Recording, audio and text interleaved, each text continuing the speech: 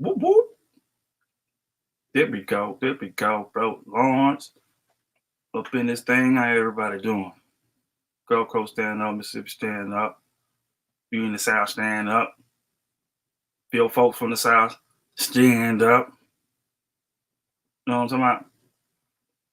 So today,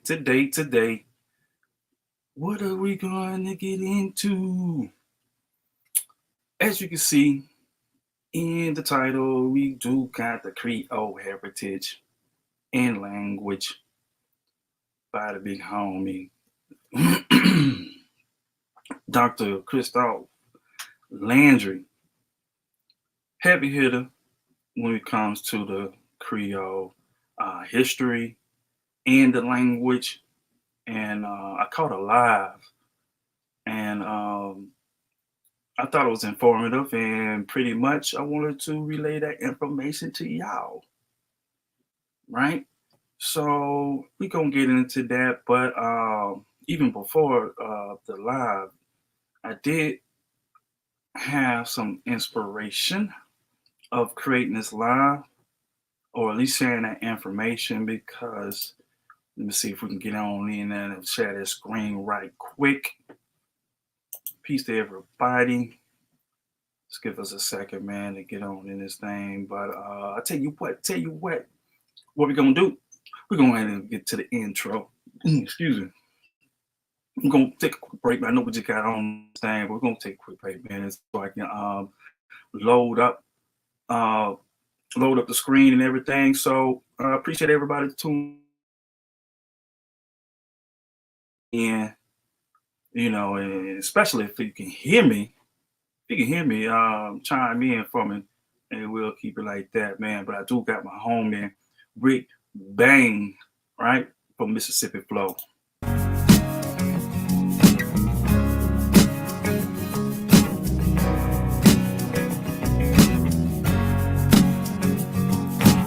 Lord, let the Mississippi River flow. Let it wash away my pain. I know folk that I never get to see again. Hope it wash away my pain. Yeah. My mama's from Clarksdale and my daddy's from Natchez, Mississippi. My folks in Chicago, they need to come home. On the 2-lane highway, we used to stop anywhere and go fishing. Go fishing, y'all. But those days are gone. I sat in the driveway on a little corn whiskey, just trying to be strong.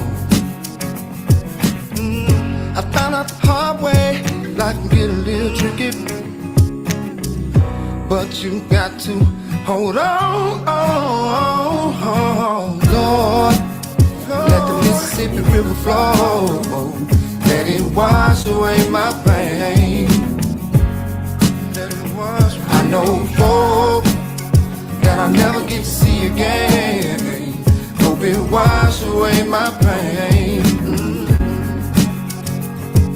Yeah, this is the place where you lay your burdens down. Yeah, lay your burdens down. If a tree in the woods fall down and you never get to see it, never heard a sound.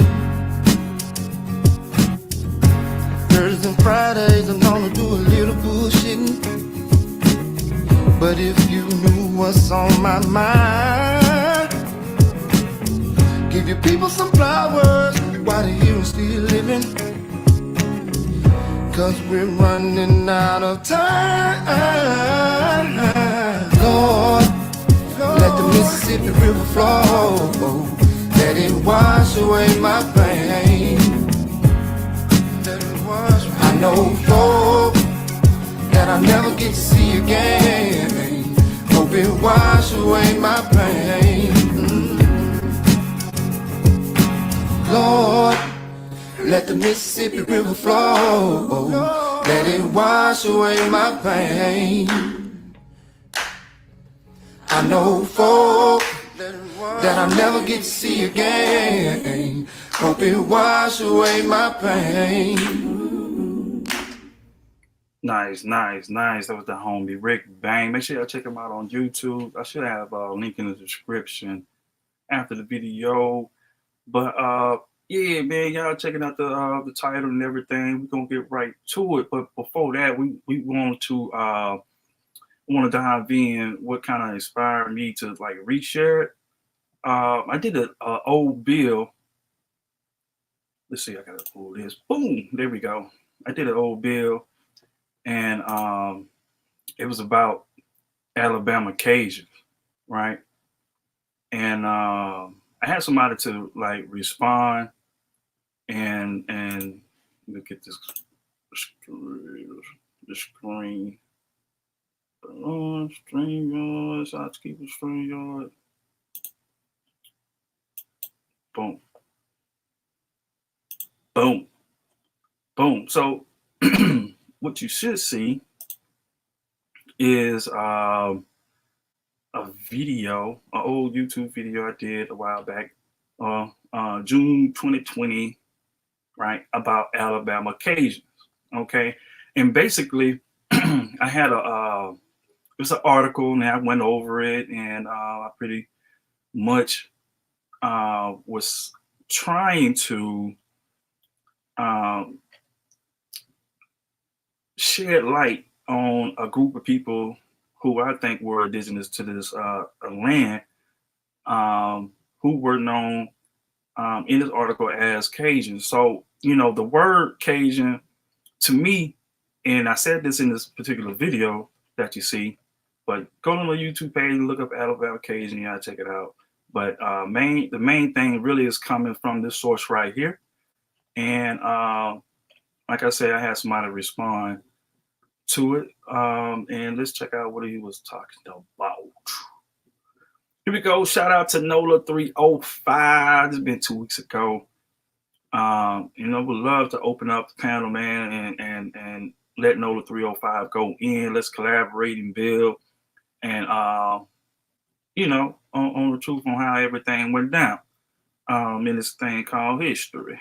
All right. So NOLA305 said, what you referring to is a group of people known as Cajuns, not to be confused with Cajuns of southeastern Louisiana.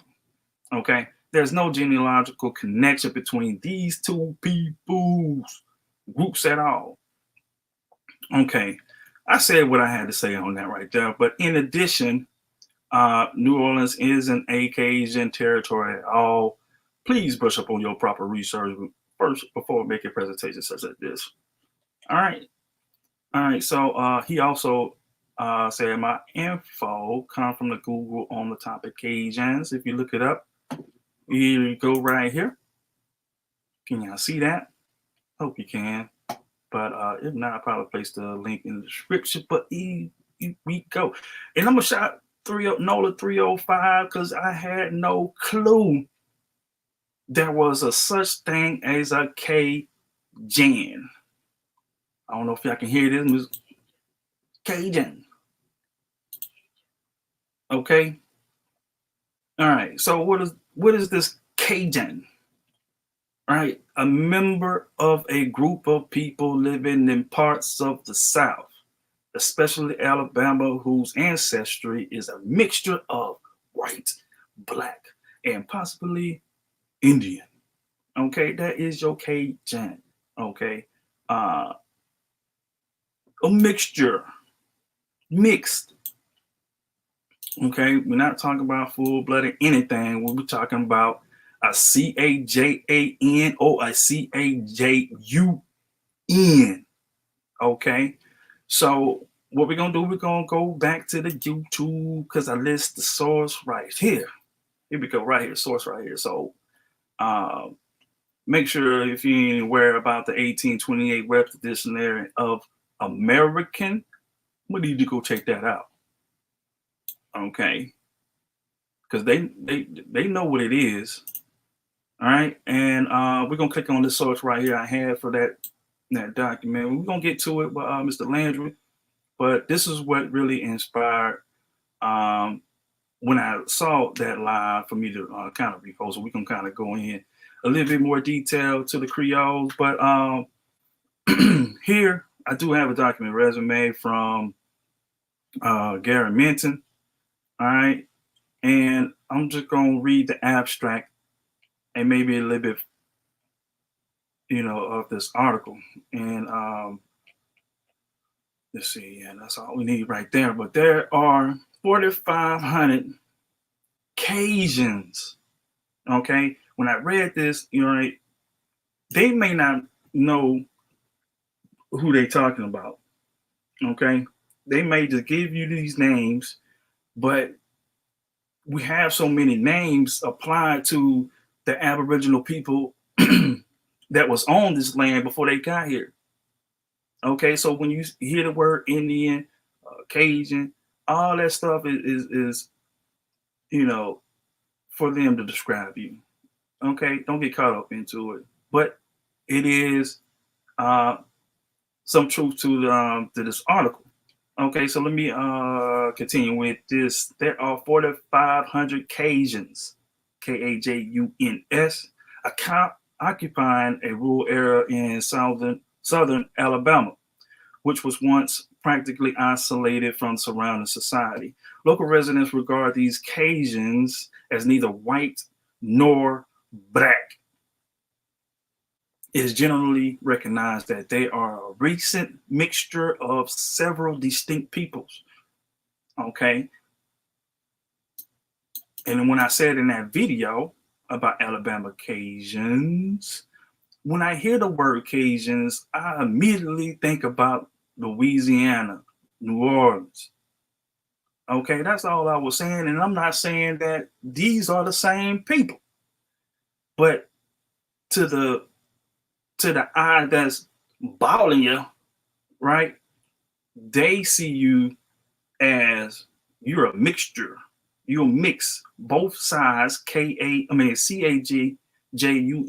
CAJAN, or mixed people. Okay? There is no evidence that these people have a coherent set of customs, legends, traditions, festivals, special holidays, or other identifying symbols to unite them. The people do not have a unique religion of their own, nor do all belong to the same religious denomination. The community represents a unique ethnic island in the customary factors would unite a people are not present. However, they do not have a sense of group consciousness, which is derived from factors other than those traditional regarded as important. Probably the strongest single factor providing a sense of in-group consciousness, identification, and cohesiveness is extensive kinship linkages which exist among this relatively large population.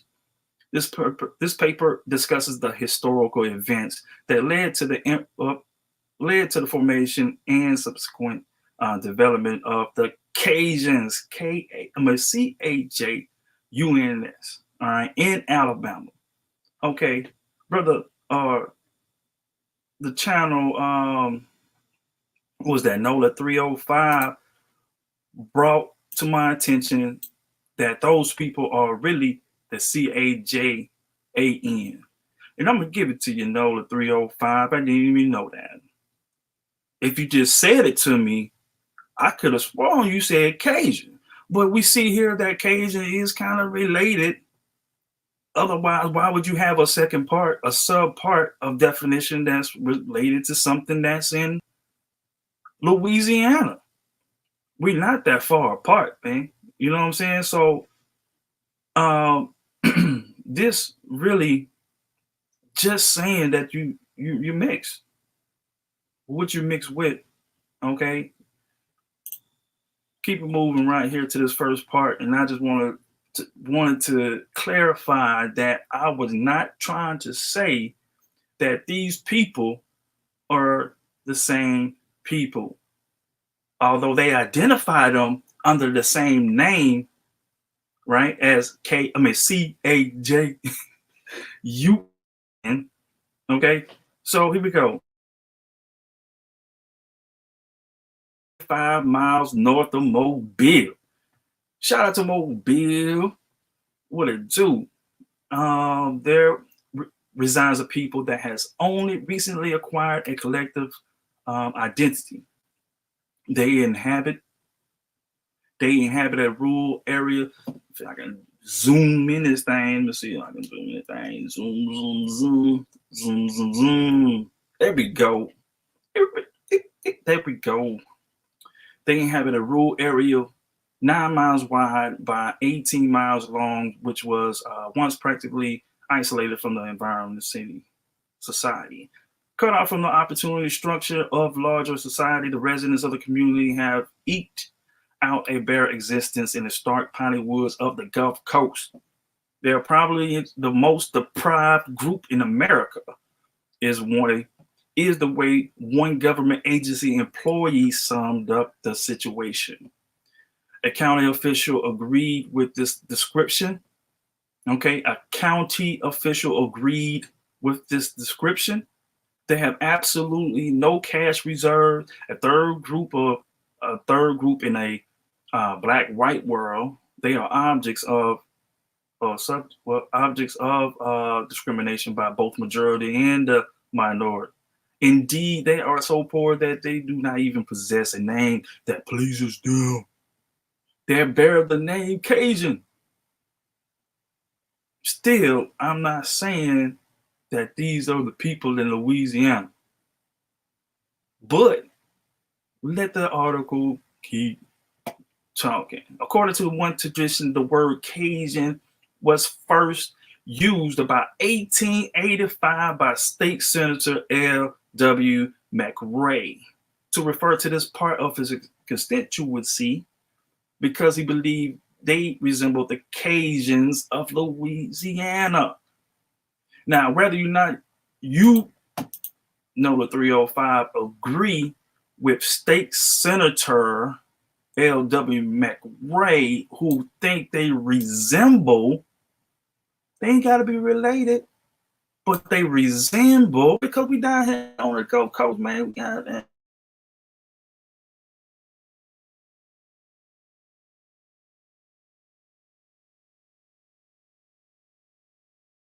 Names. Okay, my point is to shed light on the Aboriginal people.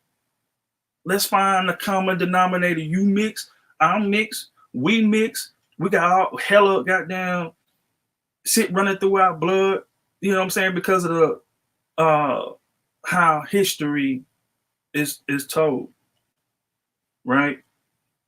So you got these Creoles. However, there is no evidence of any kind to support a belief that there is any historical connection between these people of the Louisiana Cajuns.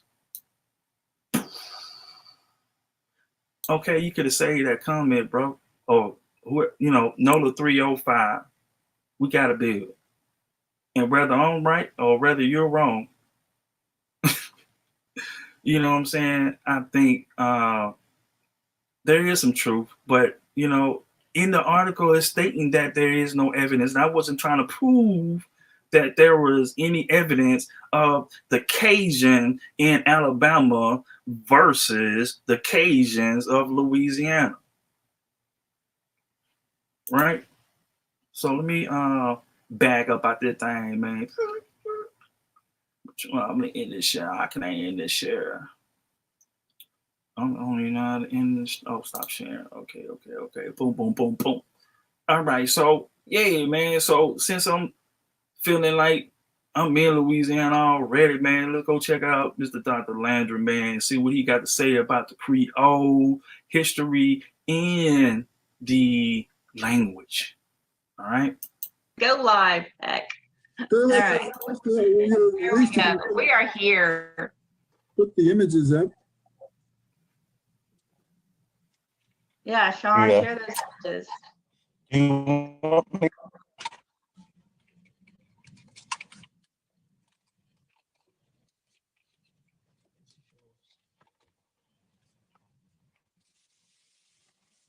We are live and online.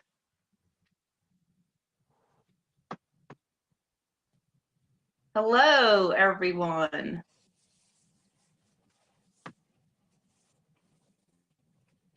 Make sure we've got everything here. Here we go. Good morning. Welcome to our Creole family reunion, Revitalizing Mobile's Past. It is supported by a grant from the Alabama Humanities Foundation, a state partner with the National Endowment for the Humanities. It is also sponsored by the Mobile County Commission and provided by the Mobile Creole Cultural and Historical Preservation Society, jointly with the Mobile Public Library, Local History Shout and out to you, Genealogy Romello. Division. It will be a month-long series of programming each Saturday with the exception of the 31st in the month of October. There will also be evening micro reunions during the week. You can find additional information on our Facebook page. Today, we're delighted to welcome Dr. Christophe Landry. Hi, Dr. Landry. I met Dr. Landry on Facebook in 2015. He was working on his PhD at the University of Bristol in England. After achieving his doctorate, he taught Louisiana French in New England for as long as I've known him. He's maintained a holistic approach to family history, which is really, really awesome. He's meticulous and comprehensive in his research and has been sought by such programming as Finding Your... Oh, you see that? Even though we're talking about Creole, guess what's important? Genealogy.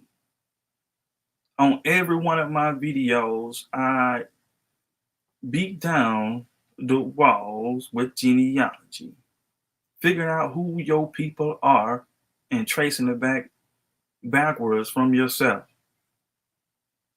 If you need help with that, shoot me a message, man. I don't charge me any of that, but I would love to help others get started on breaking down some of this historical walls that's put up to keep you from, knowing who you truly are. Okay, the documents tell a whole different story. Roots with Dr. Gates, and has joined us today to provide us with some interactive lessons in speaking Creole. Shout out to the Chastain family. A language that's been lost to our Mobile population, but still found in Louisiana. Welcome, Dr. Landry. Thank you. Should I speak in Creole? ¿Cómo está en Creole? Some people probably don't even know that Creole is a language. You can speak Creole. I see lots of faces. Good morning. Thanks. It's my honor to be among you guys. I'm from Louisiana, New Iberia specifically, but I have roots in Mobile, very deep roots through the Rochon family. I got some roots down there by Mobile, Washington County. And others. So it's an honor to be down there in Chinchula, Alabama. What up? You family down in that area, man? Tap in. Let's build. Here with you guys, and to see that Mobile Creole still exist and still are doing the thing, which is awesome. So today I'd like to, let's see, I'm gonna,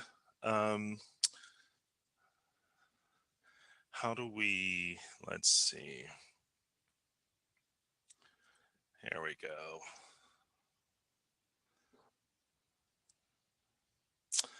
So I'm going to switch the screen sharing for my presentation, if that's all right.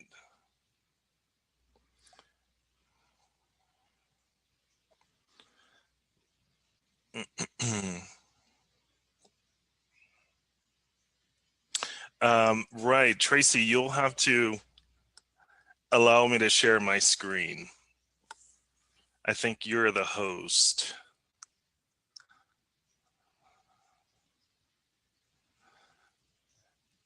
And we can stall a few minutes, as Chris has suggested also.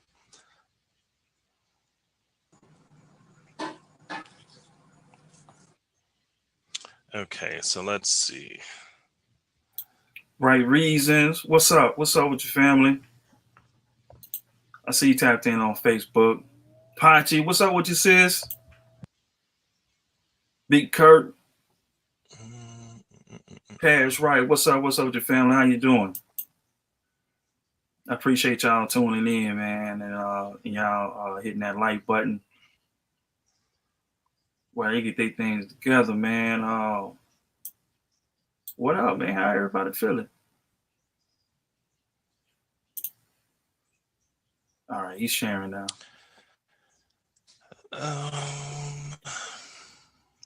You got a whole presentation. Okay, can you guys see my screen? Cool. Are we waiting a few seconds or?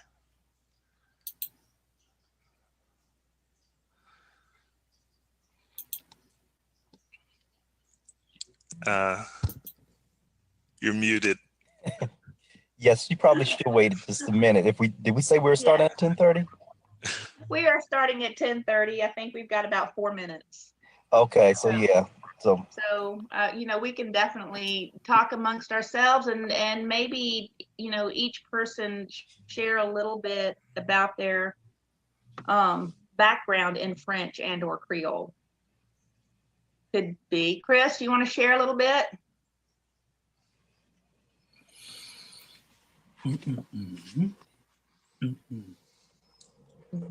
Dr. Nordman. Fast forward everything. So we got I'll let the French-speaking pros take over for that. See, Angie. Well, I have no French myself, but I do know my grandmother said that her father spoke Creole, did not speak English at all. So I'm very interested in learning about this. she say her father is, or not. She didn't say is. She say her father speak Creole, but she don't think she's Creole or descend from a Creole. I don't get it. Bernard. So I took French in high school and a bit in college. My grandfather often spoke about the French Creole on Louis Island that our relatives would speak there. I, through this organization, have an app on my phone, Memorize, that was talking about, and I've started taking some of the Corey Vini courses there just through some of the actual adjectives, and that's about it. I need to get this up to speed tonight. Tomorrow. So I got a little preview last night. Save y'all a few minutes of your Melissa. time. Her grandmother at all. Very, All right, here we go. All right, just fast forward. Yay. Well, and for me, I just, je ne sais pas français.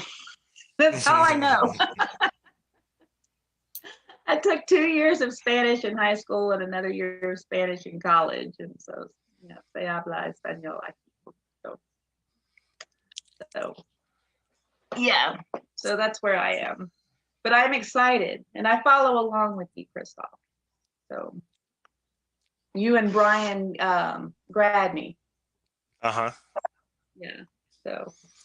Good.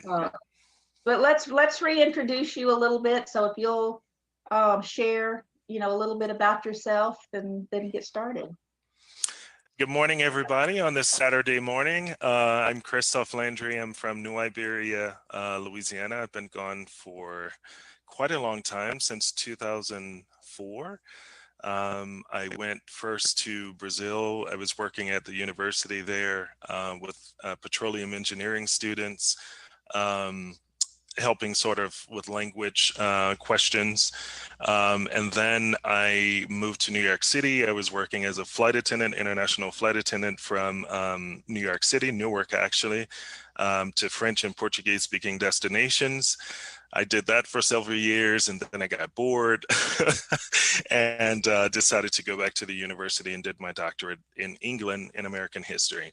And since then, I've been here at Ancestry in Salt Lake City.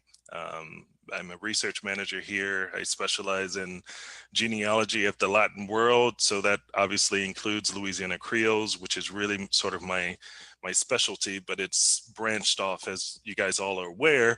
We're related to mostly everyone in the Latin world because of migration patterns and things like that. So it makes sense. And He say most of us are related to the Latin world because of migration. On the side, I do quite a bit with language recovery in Louisiana in the current sense, but also in the broader sense, diasporic sense, as well as in colonial sense. And that necessarily includes Mobile, because Mobile and Biloxi and the Gulf Coast were part of Louisiana, the colony, for quite a number of years. So, and you've maintained lots of Creole cultural features since, when was it, 1770, 1771, when you guys became British, because of clustering of Creole communities in Alabama and Mississippi Gulf Coast. You've retained lots of cultural features. I see a common theme in your explaining, your access and history with Creole language and French language, which is that the grandparents tend to be the last generation where it was spoken. And then from there, English. And there are some historical, political reasons for that, which we're going to go over just a bit. So basically, the presentation today is going to be a mixture of the evolution of the Creole language and also the politics behind language and identity in Louisiana that led to sort of its decline, and then later social media that helped to reinvigorate the language, which I've been part of. And that latter part is going to include some linguistic lessons, and you guys are going to have to speak, so be prepared. Greg, you'll have to finish your donut. Okay, all right, so let's begin here. So the 18th century really is the catalyst for Creole language evolution in Louisiana colony. And I like to look at it as the 18th century of ingredients, and what Richard Guidry, who was a francophone language activist in Louisiana, used to call le grand mélangement, the big mixing. And so this is going to follow The big mixing.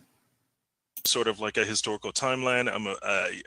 I'm sorry if you guys don't like history, because it's like full of dates and timelines and things like that, but it's really important because it's through the dates and the timeline that we get to understand the ingredients and how they eventually fused to That's create right. this language, which became known as Creole. So all of you guys are aware that Louisiana more broadly at that time included everything from the Gulf Coast all the way up to essentially the Great Lakes. And it was part of 3 colonies of France at the time, Canada, which is today called Quebec, Acadia to the east, and then of course Upper and Lower Louisiana. Massive, massive territory.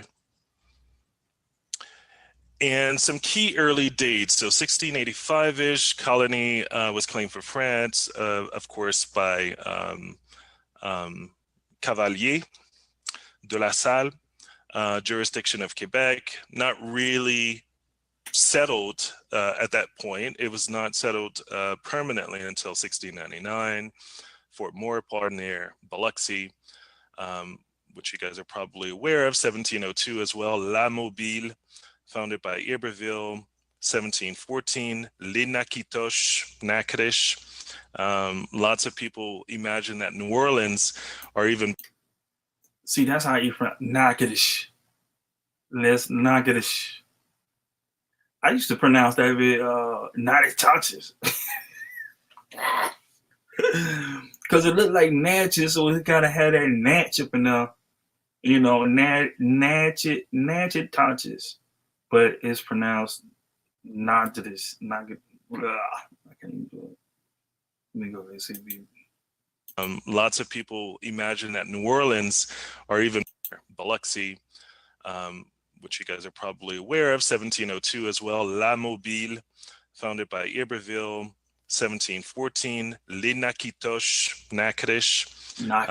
Lots of people imagine that New Orleans, or even Baton Rouge maybe, were the first cities in proper Louisiana proper, but it was actually Natchitoches, and they're quite proud of that. 1718, New Orleans was founded, and 1 year later came the official slave trade. 1720, Opelousas, 29, Point Coupé, which is New Roads in Avoyelles Parish, and then 1762 it became a Spanish province. In 1803, a U.S. territory. So looking at early censuses of New Orleans and Mobile, the demographics mean a lot in terms of Creole language evolution.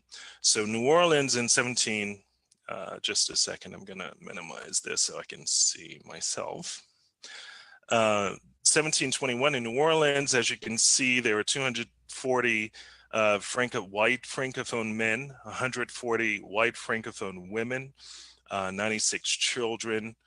There were engagés as well, 156, and 533 slaves. So that's 3 years after the slave trade officially began.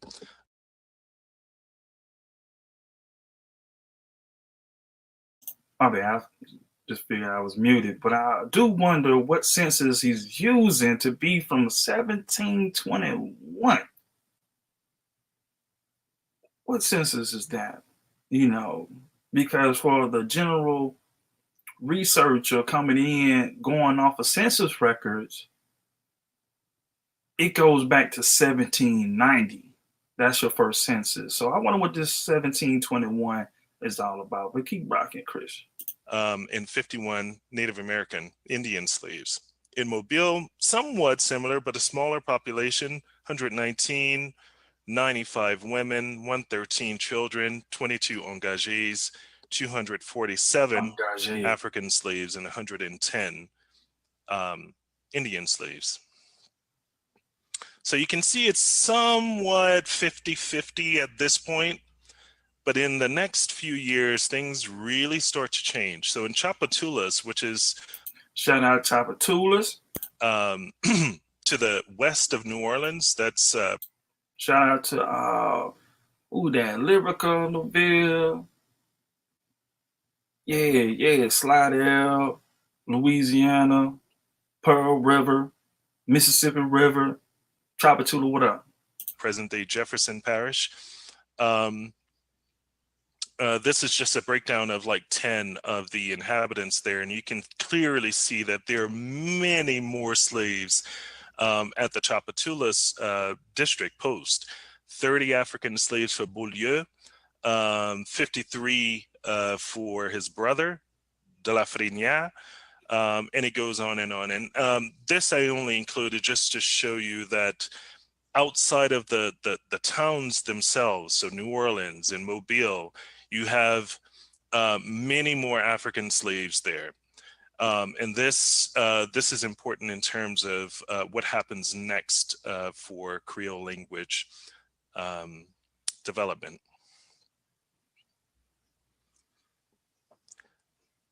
So again, 1721 we looked at just previously, but 1726 you can see that even in New Orleans the slave population starts to increase. Of course, the slave trade was in full swing by this point. And so we get this influx of newcomers who were in bondage, of course, slaves. 118 slaves in New Orleans, Tchoupitoulas 396, 214 in on the opposite bank of Tchoupitoulas, and so on and so forth. So the slave population is growing rapidly. Just below here in 1731, 1732, look at the difference in the opposite Tchoupitoulas in 1726, in 1731-32, 214 in 1726 and 1,227 counted for in 1731, 1732. So it exploded. And really, this is what I wanted to show you with these early census records. And we know quite a bit through research like Dr. Hall's about where these slaves were coming from. This comes from. We got to tap into Mr. Dr. Hall, see what he talking about. Because if it ain't no slaves, you know, you have those who believe that the slave trade did not happen. Me personally, it happened, but I don't agree with the numbers, right? Her database, and it's one of the charts that you can actually download from the website that shows the different regions of West Africa and Central Eastern Africa where those early slaves were coming from. So we have a large amount from Central Africa, which is in the yellow here, and quite a bit from Senegambia. Okay, so this is just for Point Coupé, so new roads during the Spanish period. So what happens is during the French period, which is 1699 through a number of slaves that are coming from Senegambia, which is Senegal, Gambia, Mali. During the Spanish period, it shifts more so to Central Eastern Africa, lots of Congo slaves during that period. And this is sort of showing the difference in the regional makeup in the slaves in Point Coupé during the Spanish period. Hey, them numbers looking kind of low. I know this is a certain time period, but them numbers looking kind of low. And we somewhat see similar trends elsewhere. So all this to say that fortunately in Louisiana's case, Louisiana including Mobile and Mississippi at the time, we know quite a bit about the slaves in terms of their ethnic background. So, whereas in other European colonies, slaves were just marked by the name slave or maybe a name or a physical descriptor or a racial descriptor, at least here we have some idea about their ethnic background. So this is a slave inventory from a succession in St. Martin Parish in 1791. So he's breaking down the difference between each colonizer and how they pretty much keep up with their slaves. The state was actually probated in New Orleans, but the inhabitant actually lived in St. Martin Parish. And in the record, it's written in Spanish, which is typical of the Spanish period. Administrators sort of enforced that the records, especially in New Orleans, be written in Spanish, but in some of the outlying districts, they could be written in French or in Spanish. This one's in Spanish. And if we look at the 16 slaves here that are inventoried, we clearly see the ethnic groups for each one of them. Luis, Creole. Pedro, Creole, so this is Louisiana Creole probably. Juan, Ibu, Mercure, Poulard, and it goes on and on and on. But you see lots of Congo. You see Creole, that's written as an ethnicity for the slaves. And you see Guinea, you see Ibu, and others. So knowing this helps to understand some of the ingredients we will eventually have in what becomes Louisiana French, as well as in Creole language. As far as the Francophones are concerned, because they're a major part of the gumbo that we're talking about, this linguistic gumbo. And so in terms of the Francophones, they tend to come from 7 basic areas of Europe. Canada, of course, Quebec in the Illinois country, but they came via France as well. And in France proper, we have Brittany, Poitou-Charentes, Normandy, the Rhône Alpes region, Acadie, of course, via Poitou-Charentes and the Loire Valley, and Wallonie, which is in southern Francophone Belgium. And in each of these regions of Europe, Francophone Europe, they had their own languages and their own dialects at this point. So the way that we think of French today didn't really exist back then. And so you'll notice in the presentation, I have French in quotation marks, because this French that we think of as French today didn't really sort of come about until after 1888, when there was a political movement that created that in France. So this is just a regional map of France. It gives you sort of geographic idea of these regions that I previously mentioned, Poitou-Charentes and Bretagne. Okay, so lots from the West Coast, sorry. Okay, specifically these 3, 4, okay. And also from the 4 east.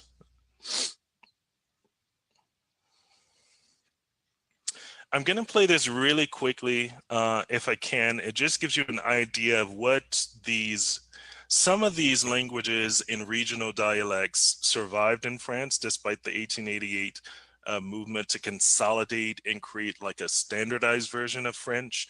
And so we can hear some of these dialects in languages even still today. And I want to play just a couple seconds of them for you, because it will help to inform why. I'm gonna fast forward a little bit, because at this part, the sound wasn't playing while he was going over it. We actually sound the So way I'm we gonna try to sound skip up a little in bit. part in Louisiana French, and that was done on the work of Richard Gibb.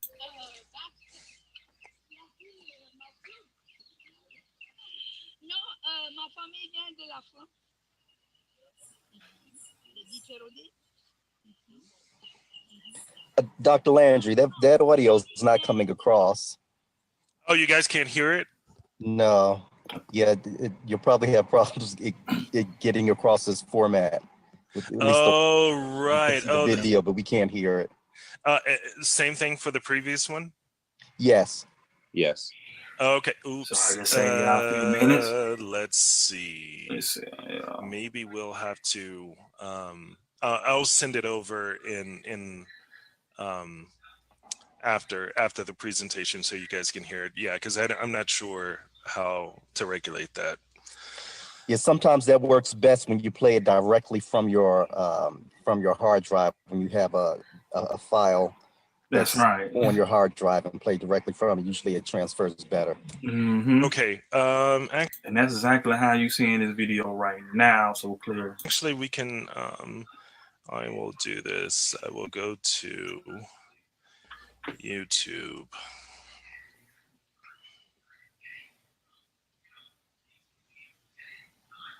That may not work either if you play it directly from YouTube. That probably won't work. No, it won't either? I doubt it, yeah. Okay, all right. All right, sorry about that, guys. Well, the whole point here was that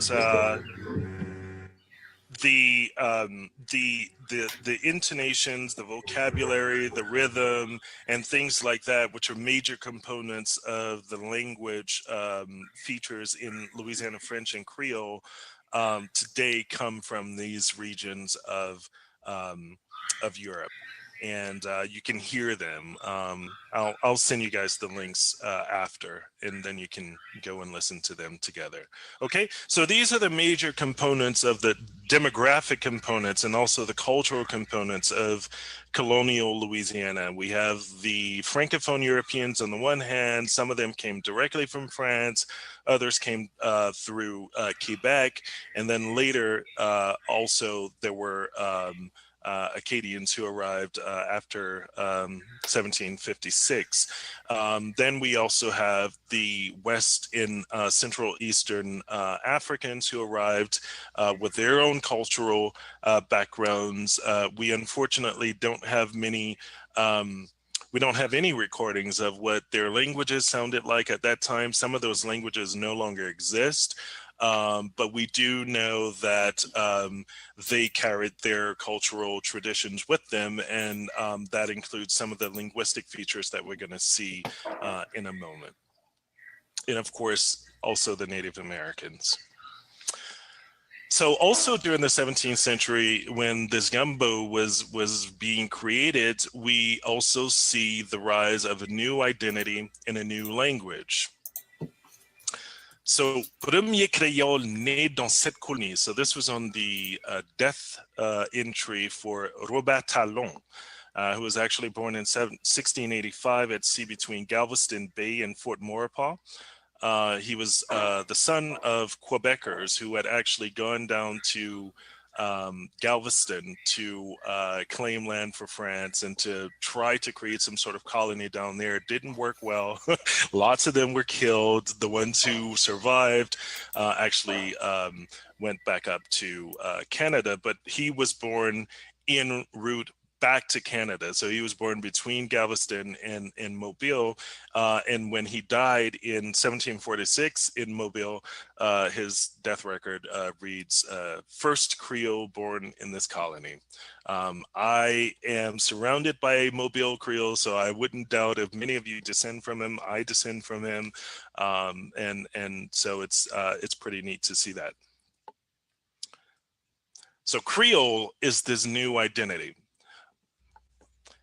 And people today sort of think that, you know, Creole identity is something only for people think this in English, only that people of color have, but actually, no, that's not the case. And so there are mounds and mounds and mounds of records that show that this was an identity that was applied to people of only European ancestry, people of only African ancestry, and people of both.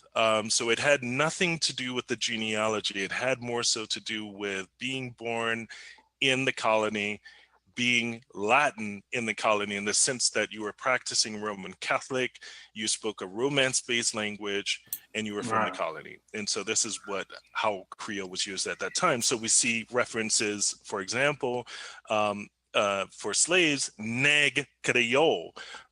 Neg, I know the cognate in English, the N word comes to mind, but that's, and perhaps at that moment it was used in a similar sense, but since then it is just a physical descriptor for someone who's dark brown complected.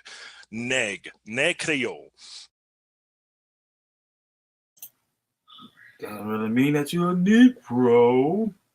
No, I was playing, but yeah. So there were two slaves who in 1764 and 1765 were termed Creoles, and this is according to Dr. Mitlow Hall's database. The slave in the 1764 document, Mitlow Hall, and in my last, no, not my last live, but the one before that too, Miss Gwendolyn Mitlow Hall. Y'all should check her out. Or check out that the live. Matter of fact, let me pause for a second to see if I could just place the link in the chat for y'all to check out. People exploring African Forum, dental genealogy, Lorraine Banks, Zero News Hurston. I can't even find it. Where is it? Reform. Wow, did I not put it on here? But wow, I'm looking for that. Let me continue on with this build.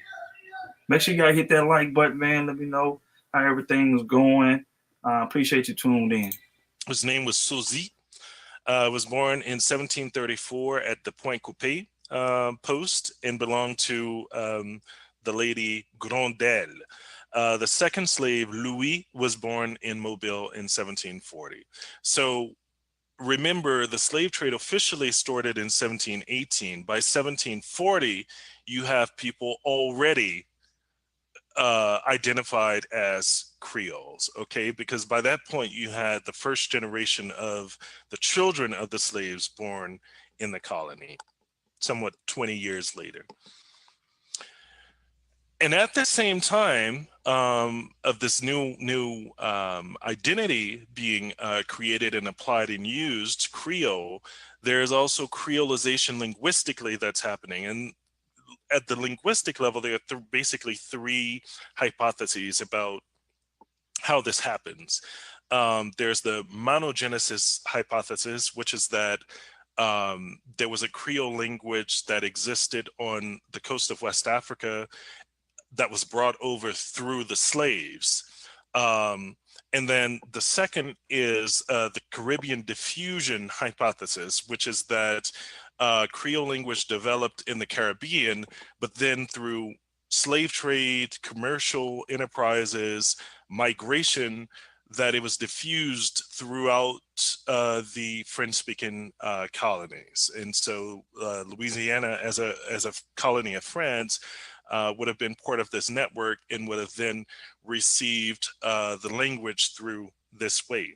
And then the third and the newest is that the Creole language is actually indigenous to Louisiana, that it had these features, it had the sort of ingredients that came from these different places, including the Caribbean, including West Africa, including Canada, and Francophone Europe, but that ultimately the way that it's spoken in Louisiana is indigenous to Louisiana. And by Louisiana, again, I'm including Alabama, Mobile, and southern Mississippi.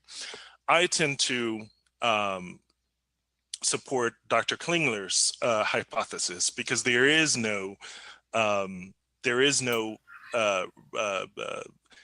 sort of tangible record supporting the idea that the language sort of was imported from someplace else. Everything seems to point to Louisiana proper. He's basically saying that the Creole originated here in Louisiana. That's what he clinged to. Let me go back to these sources. Y'all make sure y'all hit those sources up. Understand the arguments coming between. In the newest. Home 2000 Hall, 1992. And that the Hall is the later I had up a few bills ago. I'm still looking for that link so I can share in the chat. But she basically discovered through her father, who was an attorney, records of slaves, right? But it was written in French. So she was able to take that information or learn French first, and then take that information and create a database, the first database in which you can go and for Louisiana area for you to look at where certain slaves may be from.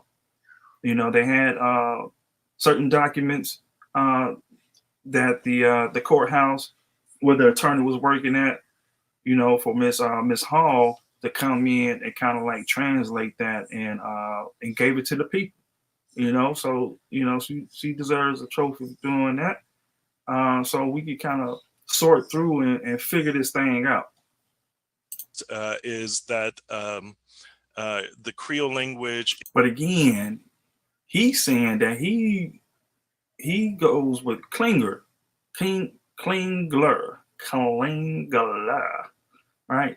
Is the Louisiana Genesis or indigenous hypothesis, because there's really not enough information for the rest of everybody else is talking about. Is actually indigenous to Louisiana, that it had these features, it had the sort of ingredients that came from these different places, including the Caribbean, including West Africa, including Canada, and Francophone Europe, but that ultimately the way that it's spoken in Louisiana is indigenous to Louisiana. And by Louisiana, again, I'm including Alabama, Mobile, in southern Mississippi.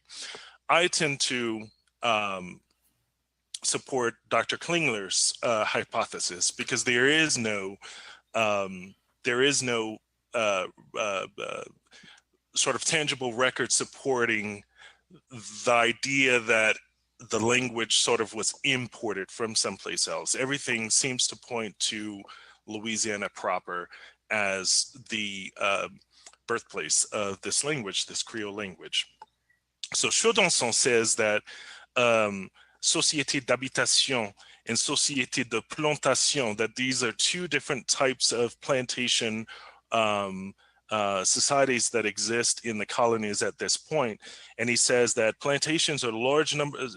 So for the plantation, large number of plantations, it's a sign of a mature colony, limited interaction between the master and the slave, because the slaves would be working in the fields, and then the masters would be in the big house or working in sort of craft or business or things like that. And so there would be limited interaction between the two. And so in that context, the slave would not have ample opportunity to learn to speak French fluently. And so he would get bits and pieces of the language.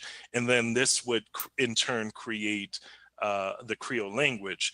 Large numbers of imported slaves who ultimately created a method of communication. Pidgin is the linguistic term for that, where this limited form of language between people of different language backgrounds is only used in the context of, well, I have to speak to this master, you know, we have to, I need some eggs, or I need whatever. And so, you know, you just use sort of like what some would consider elementary forms to express whatever it is that you need. And then that's it. That's a pidgin that approximates the dominant language taught to new slaves. At some point, it becomes a mother tongue. And linguists tend to say that when a pidgin becomes a mother tongue, that is the point when it is officially a Creole language, because it's a stable language with complex features. You can express complex ideas.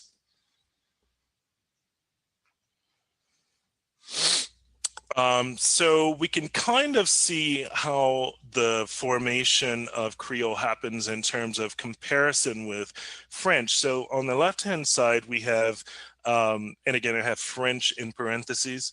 The pronouns for French for I, you, he, she, we, you, y'all, they is je, tu, il, elle, on, nous, vous, il, elle, okay? And then Kurivini, Creole, it becomes mo, to, li, no, zot, ye. Those pronouns in Kurivini come from another type of pronoun, or it's an object pronoun that it comes from in French rather than the subject pronoun. Object pronouns are my, your, his, her, and in French those are moi, toi, lui, nous, vous, eux. Okay, and so you can see how Kurivini, the mo comes from moi, the to comes from toi, the li comes from lui, no comes from nous, zot comes from vous zot, it's another form of vous, and ye comes from eux. Even at the conjugation level of verbs, we see changes, but they're sort of recognizable. So for the verb to do, for example, in French, in the present tense, je fais, I do, or I make, je fais, mo fait. I did, j'ai fait, mo t'ai fait. Okay, so the conjugations, we can kind of make out the origins of them in these earlier French forms, but they take on a very specific function in Creole that is very stable. It's part of the rules. Everyone does it. It's not some sort of pidgin where you can just like make things up. It's really a permanent feature of the language. And we also get these tenses that change through tense markers that we'll look at maybe in a few seconds. So what's the earliest written evidence of Creole that we have? Well, 1748. Où toi couris, Charlot, pendant que nous dîner? Where did you go, Charlot, when we were eating? So in French today, that would be Tu es allé où, Charlot, pendant notre dîner? And in earlier French, what I call earlier French, but Louisiana French, Canadian sort of non-standard French, à où t'as été, Charlot, pendant on mangeait? Okay, so we can see how it's related to French. It has all these French words, but the placement of the words is different than it is in French. The syntax is different. Again, in 1751, 1762, we have an example, written example. Blanc là, li pas fait mal à moi. Pourquoi toi voulais moi faire mal à lui? The white man did nothing wrong to me, so why should I do anything bad to him? And again, in French, it would be Le blanc ne m'a rien fait de mal. Pourquoi je devrais lui faire du mal? Or in earlier French or Louisiana French, Le blanc m'a pas fait rien de mal. Pourquoi je devrais lui faire de mal?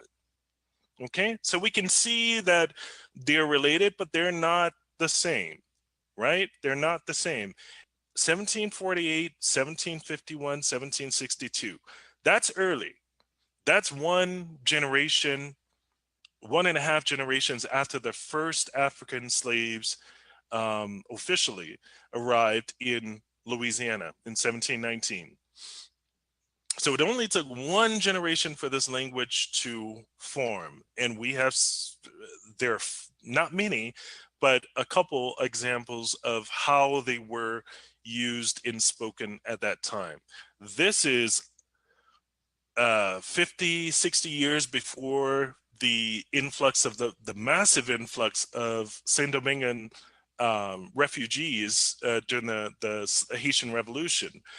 So there are lots of ideas that are sprouting around that Creole in Louisiana comes from Haiti. No, actually, it's been around long before the Haitian refugees arrived. And so for this reason, I support Dr. Klingler's position on where this language comes from. All things point to Louisiana as its genesis point. Who also spoke Kurivini then? I'll explain why I use Kurivini later in the presentation. It's a synonym for Creole in this case. So this is written in 1792, Point Coupé. The Creole language, which is a mixture of that of the Blacks and French, which is, so this is translated also from French into English, which is pronounced with great diversity. They do not understand either the real French language or English. They had no reason to understand English. I mean, Louisiana was a Spanish colony in 1792, and before that it was a French colony. So of course they didn't understand English, but they all understand and can explain themselves perfectly well in Creole, which language is not known by all the French and English settlers of the province. But I, the witness, who was white, and the notary, who was also white, who assisted at the interrogation, know it very well. So I share this to show that, to dispel these myths about it being a secret slave language and a language that only people of color spoke, because it was in white identified locals. It has nothing to do with the color of the skin at all. Many Cajuns today are native speakers of this language rather than French. I included this one just to give you sort of an idea of where these regions are in Louisiana that we've spoken about. So Point Coupé is here. Point Coupé is here. Acadia country is here. This is where roughly where the Tchoupitoulas was in this area, just after, between the German coast and what was later called Orleans County. I'm from here, of course, and these are regions. Today, these are the last remaining regions where Creole is spoken in Louisiana proper. Okay, so then we get into the 19th century. So we get the strengthening sense of Creole community and the beginnings of Americanization, and the strengthening of Creole community and identity comes from, at this point, so this is sort of like a second catalyst. The first was colonization itself. The second one is the Louisiana Purchase or Louisiana Abandonment, whichever term works for you. When Louisiana was admitted to the United States, to the Union as a state in 1812, the legislature, by law, did things in French and in English. And so this is just giving you an example of the type of pamphlets that they printed for the legislative sessions in Louisiana. This one is from 1863. But as you can see, it's in English on the left and in French on the right. Shout out to everybody tuned in. Make sure y'all hit that like button, please. Thank you. I'm gonna skip this one. In the 19th century also, Creole language was not this sort of obscure language that was used in voodoo rituals and, you know, in the kitchens and things like that. It was used all over the place, and people throughout the colonies knew of its existence. Lots of people in many places spoke it as a native language alongside French.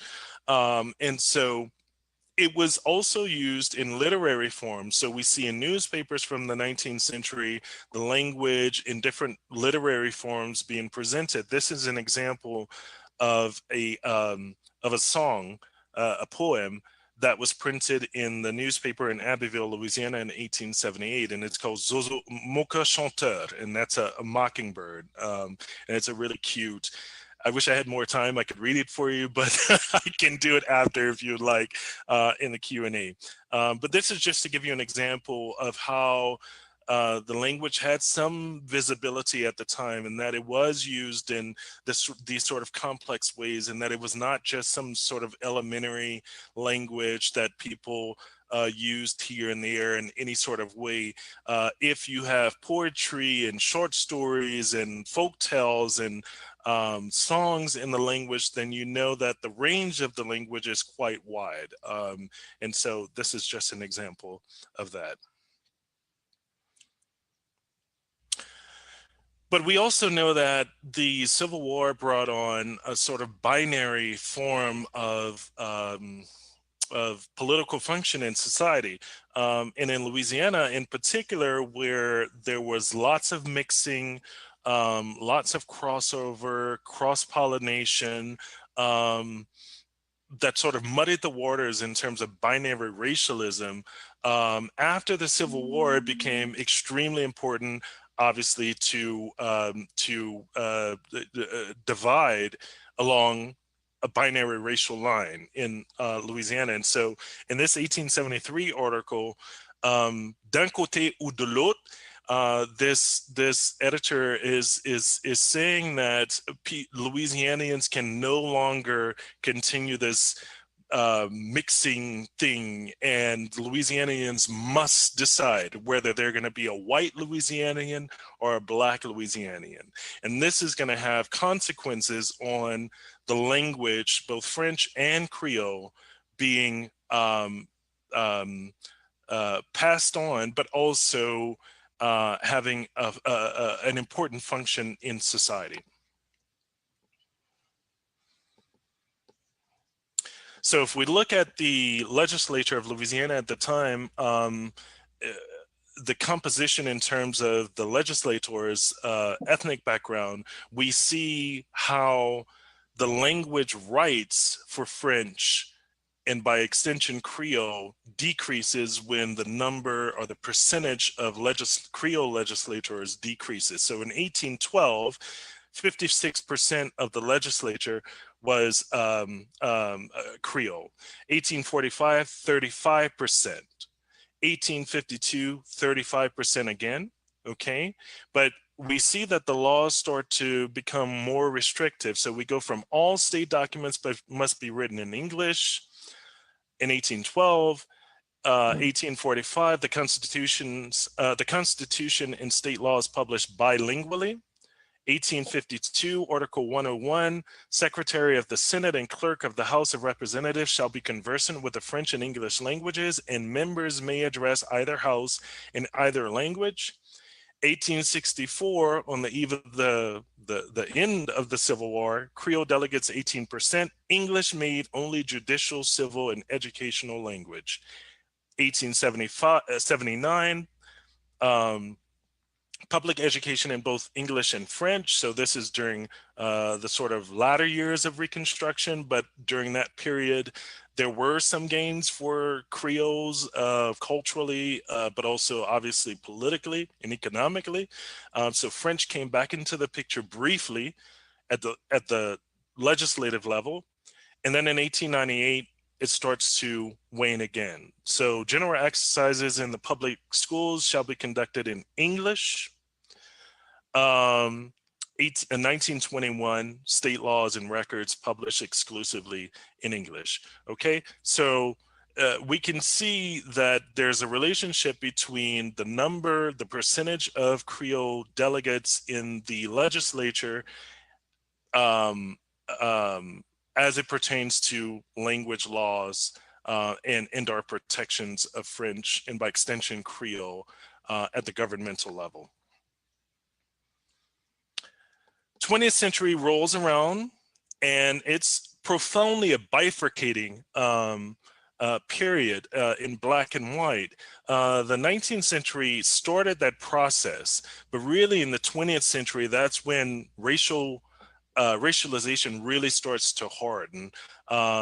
And so tensions mount to enforce racial caste. In 1905, there was a native of Opelousas who had been born to a free woman of color, and a Jewish Frenchman who moved to Houston and was living as white in the community in Houston. Someone from Opelousas recognized him there and reported him to the local police that he was passing as white, and that this obviously was an infringement, legal infringement. So the police force in Houston didn't do much about it. So again, that Opelousas native who had seen him living as white reported it to the paper in Opelousas, and they posted this big article about, basically outing him, that Harry Block was living in Houston as a white man, and everyone in Opelousas who's been around for the last 2 generations knew his mother and grandmother, and they presented his genealogy and even described what his mother and grandmother's physical features were like. And ultimately, the goal was for him to sort of be penalized for living as white in Houston.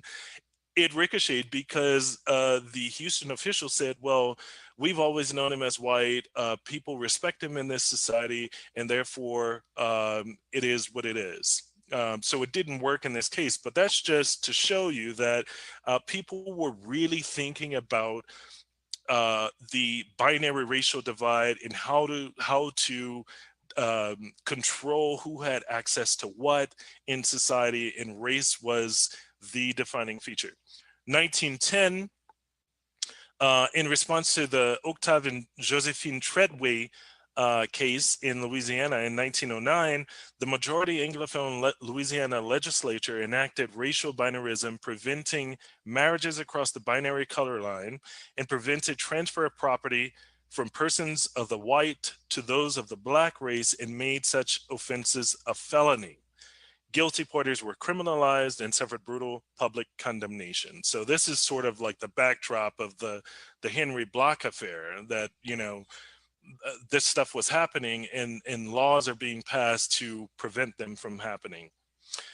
As this is happening, you also have many Creoles who are white identified, but don't identify as American because, of course, American at that time, and even still for French speakers and Creole speakers in Louisiana, is representative of Anglo Protestantism. So if you're Américain, then you speak English and you're Protestant. Okay, so that's different from being American. American is the nationality. You have the passport. You live in the United States. You were born in the United States. But Américain is the Anglophone Protestant. And so there were all these That's powerful. anxieties for them too, because There they need were to be a trying bill to on find that a right space there. for themselves in this white and black society, but they didn't want to necessarily be soaked up by Américain, and they didn't want to become Américain either.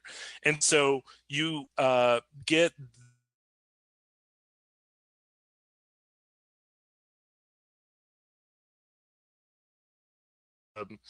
this turmoil, identity crisis within the community. So to escape being associated with blackness, because Creole in English had this connotation, which of course would marginalize and impoverish them, many Creoles in urban centers began to identify as French. Other Creoles, especially in rural Southwest Louisiana, began to look at Acadia and propose calling themselves the Louisiana Acadians. This is in the 20s, 19 teens, 1920s. Both sets of Creoles were middle class and elite who were part of this movement, identity movement.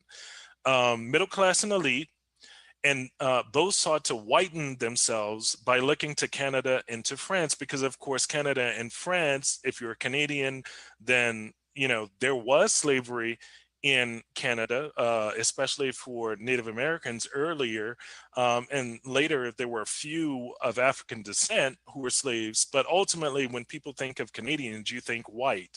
When you think of Europe, you think white. So those two particular places were very useful in this movement because it signified whiteness. And so you were distancing yourselves consciously from any Down sort of south. touch of the tar brush, so to speak. From down south. This is also when the Evangeline icon became a real thing in terms of Louisiana memory. Incidentally, this is also when French Creole as a term comes about, both representing the language and also identity, because again, you emphasize French and you're emphasizing whiteness. And so French was appendaged to Creole at this point. In the languages themselves, in Creole and in French, no one referred to themselves as Créole Français. It didn't exist, it still doesn't. But this was used in English for this purpose, and it came about mostly through this period and only in English. In 1968, one of the members of the group of activists that I just mentioned from Southwest Louisiana, in 1968 created the Council for the Development of French in Louisiana, and that agency really sought to reinstitutionalize French, but to use French as an economic tool in Louisiana, because the cane industry was failing at that time. And so politicians, economists were, sort of trying to figure out, okay, what can we do to remedy this situation? And so James de Mongeau, who created this agency, looked to French as a way to diversify the economy and to use French as a way to do that. That was in 1968. 1971, after the civil rights movement and also during the ethnic pride movement, you get further divide in the Creole community in Louisiana. So the earlier Louisiana Acadian movement sort of dissipated quite a bit after the 1920s, and then it was sort of reborn in the late 1960s and early 1970s. Ironically, to oppose the earlier movement from the 1920s, which was very middle class, very white, very highbrow, and poor white French speakers in Louisiana felt that they were isolated from this movement. And so they sort of reappropriated the term Cajun, which was the slur up until that point, as an identity, and created this flag, which is on the left, which they termed the flag of Acadiana, Acadiana being all of the civil parishes of South Louisiana, excluding New Orleans, Plaquemine, and a couple others. And it was a legislative constituency as well. So it wasn't really about all the parishes that have anything to do with Acadia, but it was more so about this legislative caucus that was being created, which was called Acadiana. At the same time, in 1987, you have a reaction from Creoles who had been excluded from the Cajun movement of the 1970s, and who had retained the Creole identity. And they, in 1987, through an organization called Creole Inc., based in Lafayette, had this flag on the right created for the organization. And now people use it as representing the flag of Louisiana Creoles. We start to see more engagement with Creole-ness in the university at this time too, very racially sort of segregated. If you're speaking about Creoles at this point, you're speaking about Creoles of color, especially in history and anthropology. We see the same thing in linguistics. The Dictionary of Louisiana Creole was published at that point by linguists, Debbie Clifton, Sybil Kine. Those are sort of like two of the big names in terms of Creole, academic Creoles at that time. Ulysse Ricard was another one as well. And then we get, so the languages went. We most definitely got to dive into those sources and gems he just dropped. At this point, you know, more people, like all of you have mentioned, your grandparents were actually speaking the language, but didn't teach your parents, and you don't know the languages either, while the identity was sort of resurging in English. So there was a sort of kickstart in the early 2000s through social media to bring the Creole language back. And this is because of the rise of Cajun-ness in terms of economy. There was more interest and more money being pumped into Cajun-ness. And as a result, everything that was related to Creole was being sort of forgotten about. And so I and some others wanted to do something about it, and that's exactly what we did.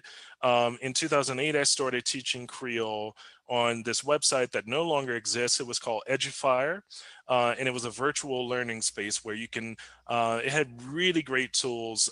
You could teach classes, all sorts of classes and things like that. I did that just to test sort of the interest in the language at that point, and the response was really overwhelming for me. I couldn't keep up, and so I ended up having to stop the classes. The website also closed shortly after that. So then I brought it to Facebook, because that's where everyone was turning to.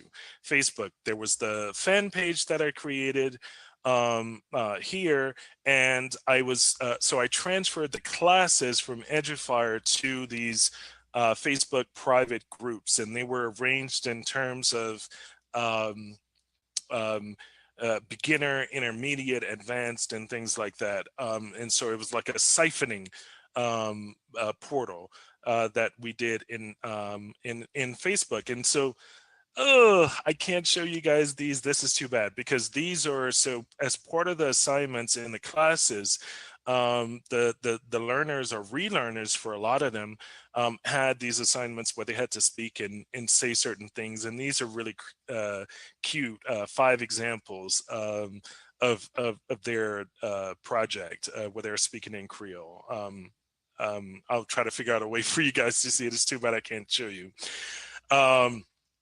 At that same time, when we noticed that there was a lot of interest in the language, we also wanted to sort of figure out a way to remedy the nomenclature issues, because by that point in English, again in English, you had some people referring to the language as Creole French. You had others saying French Creole. You had others just saying Creole. You had others saying French. Some people were calling it Kourivini, others calling it Gombo.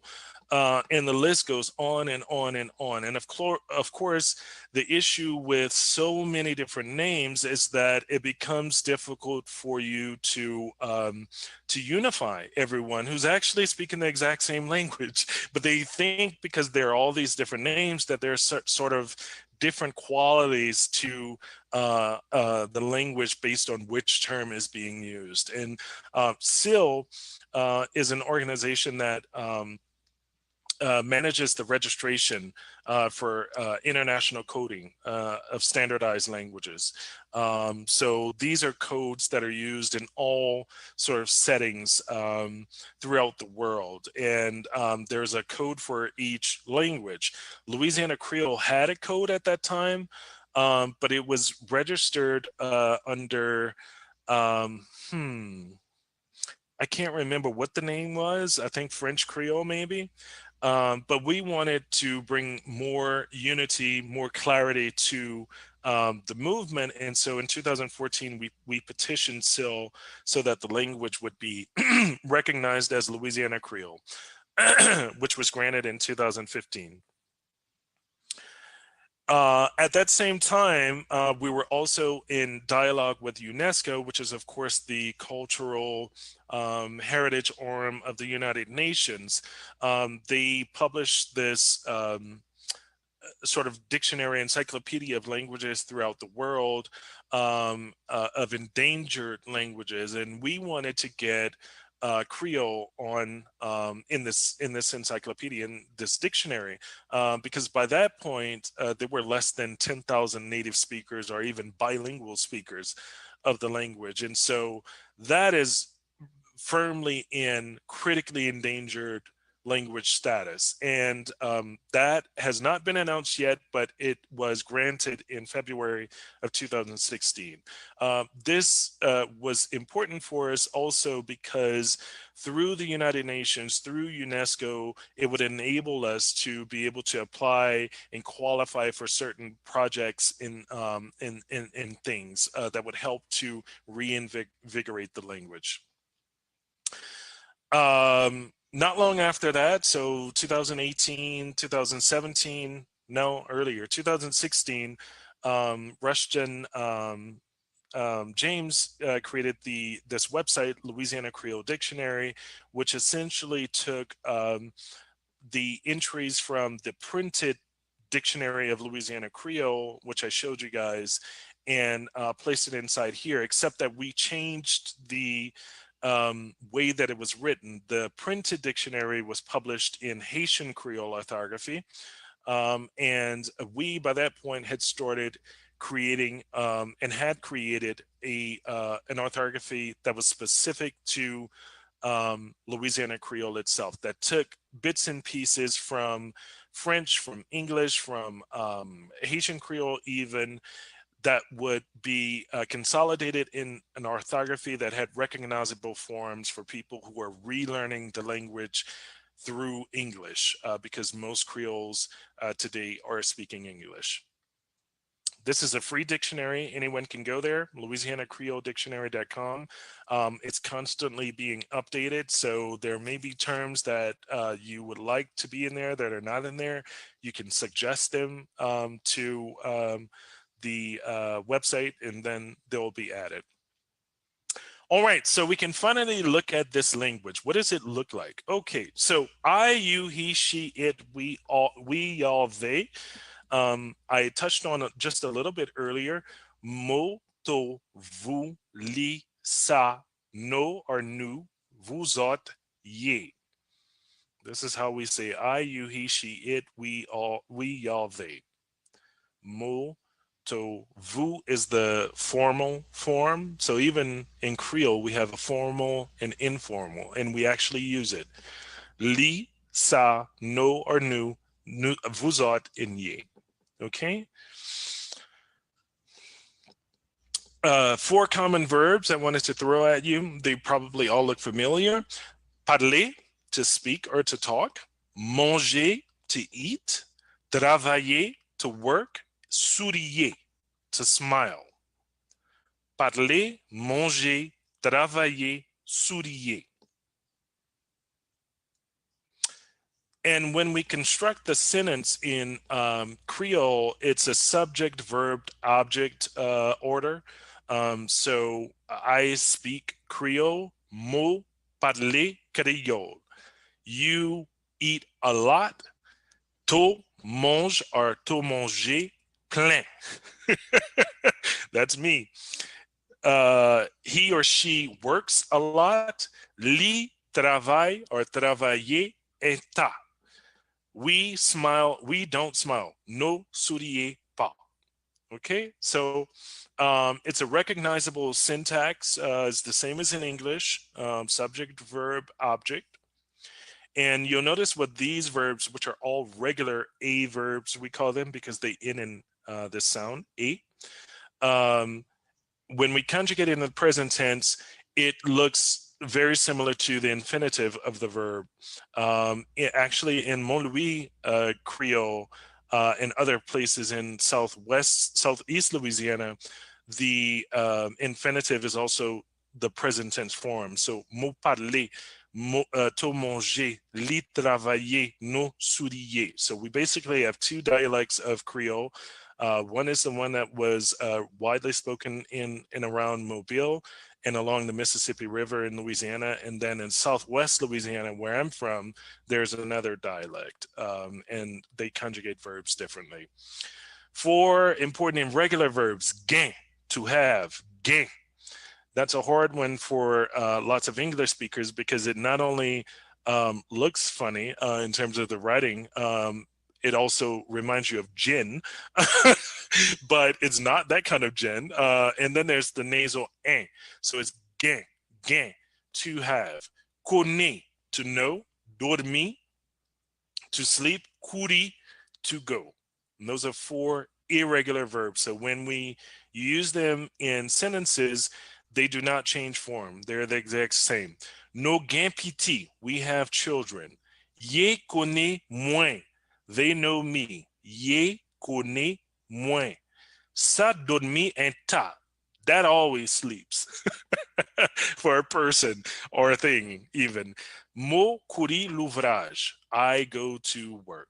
Okay, so subject, verb, object. And if you're wondering what the orthography looks like, so the way that we write the alphabet system, it's this orthography that myself and some other Louisiana Creoles came up with, which is a free resource. You can download it from the internet. You can just type Kurivini orthography in Google and it'll show up. It's a PDF. It's like 20 or so pages.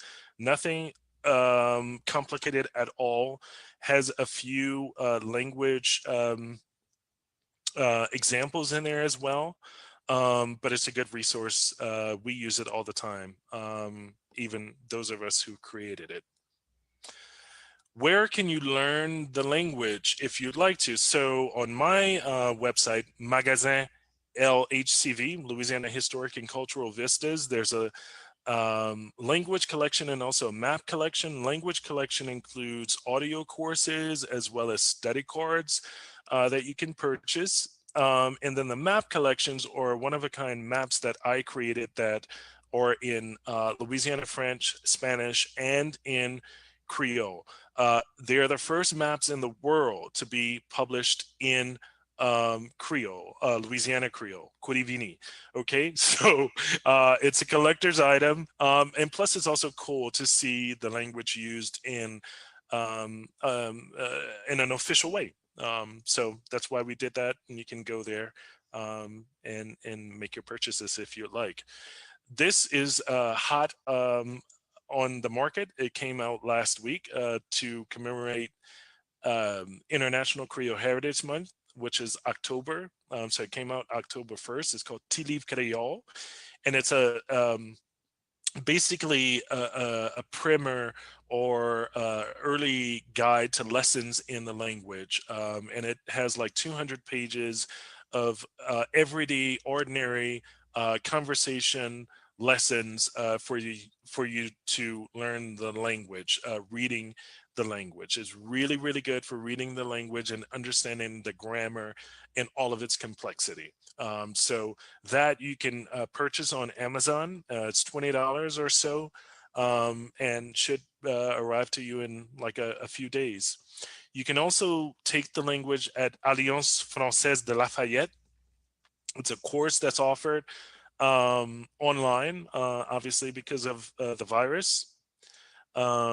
And yeah, you can go there, you can take this class, and it's great. So that's, if you need sort of the formal structure, that's a good place to take a class. All right, so Kurivini, why do I use that? So it's an Indonym. It's a name that Louisiana Creoles along Bayou Teche came up with for the language because of the way that we say to go and to come in the language. Kuri, to go, and come, vini. And that's to differentiate it from French. Of course, in French, it would be aller and venir. Similar kind of, but not the same. We use it more so today because of all of the confusion around Creole. Can be used to describe the French that's spoken in Louisiana and the Gulf Coast, as well as the Creole language. So to avoid these issues, we use Kurivini because it's only used to describe what is linguistically Creole. And like the brown pelican, which is the state bird in Louisiana, Kurivini has been recognized recently as an endangered language. Yet despite the odds against the language and the bird, both are resilient and appear to be here for a while longer. Bien, merci.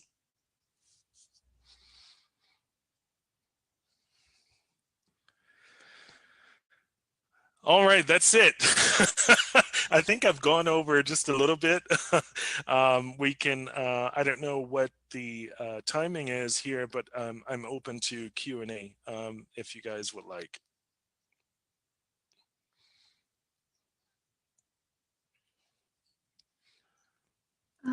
Mrs. Marquita had a question in the chat. Can you see the chat? Yes, let's see.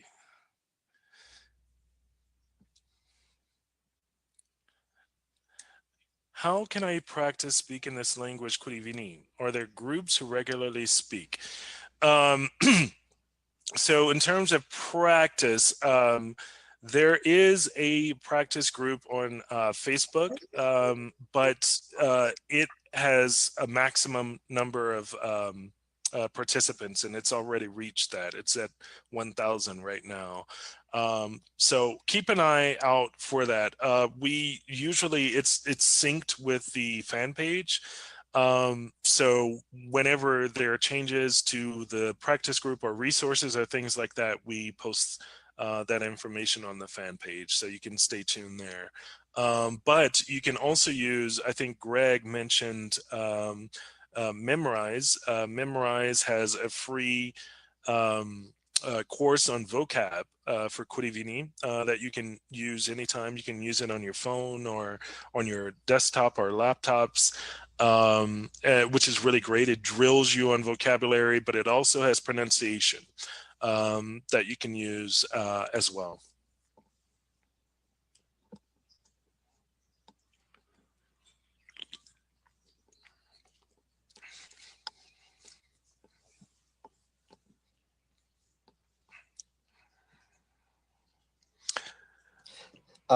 Dr. Landry, there was a word you used early on, and I'm not conversant to any degree in French.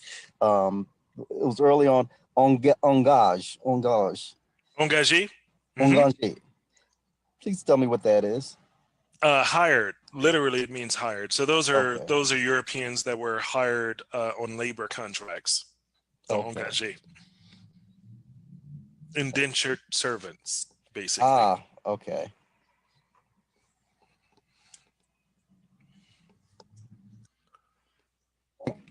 Dr. Landry, From Bill Summers, were there any German in the gumbo, e.g., from the German coast? Would some of them have adopted the Creole language? Oh, yes. In fact, we think within one generation, so along the German coast in Louisiana, St. Charles Parish, St. John the Baptist, that area was settled in 1720, 1721. And within one generation, they were already speaking Creole down there, and as well as French. We don't really know how long German survived there, but we do know that they were definitely speaking those two languages within a generation. And so up until the World War II, when most of South Louisiana sort of succumbed to Anglicization, they were speaking Creole and French just like the rest of the parishes were. But vocabulary wise, if that's what the question was really about, we don't have all that much vocabulary in Creole that comes from German. We have some foodways that we think comes from those settlers, like, the sausages that we always have to have, and our red beans and our gumbo and our rice and gravy and everything else.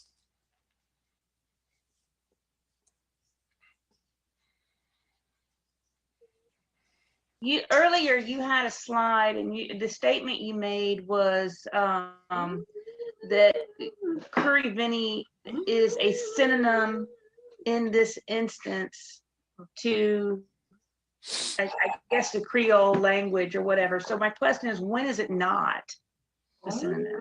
Curry vini. So yeah, this is one of the nomenclature issues with the terms in English, because early on, even in the 1700s, 18th century, people who were speaking French, but who were from Louisiana, referred to their language as Creole.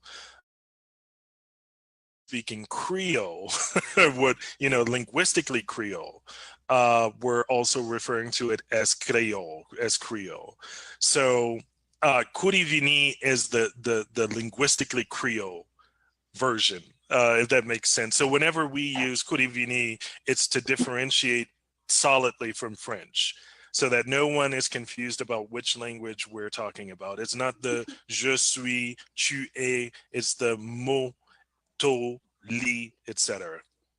So is Mobile unique to using the term broken French? No, not at all. That was used from the Great Lakes, even up in Canada, all the way down the Mississippi and along the Gulf Coast. That was a term that was used to help sort of diminish the usage of those languages, but also to psychologically trick people into devaluing that which was theirs and which was not American. And so here you hear people talk about, broken French, and that term is used also in French and in Creole. Français cassé, mon parle cassé.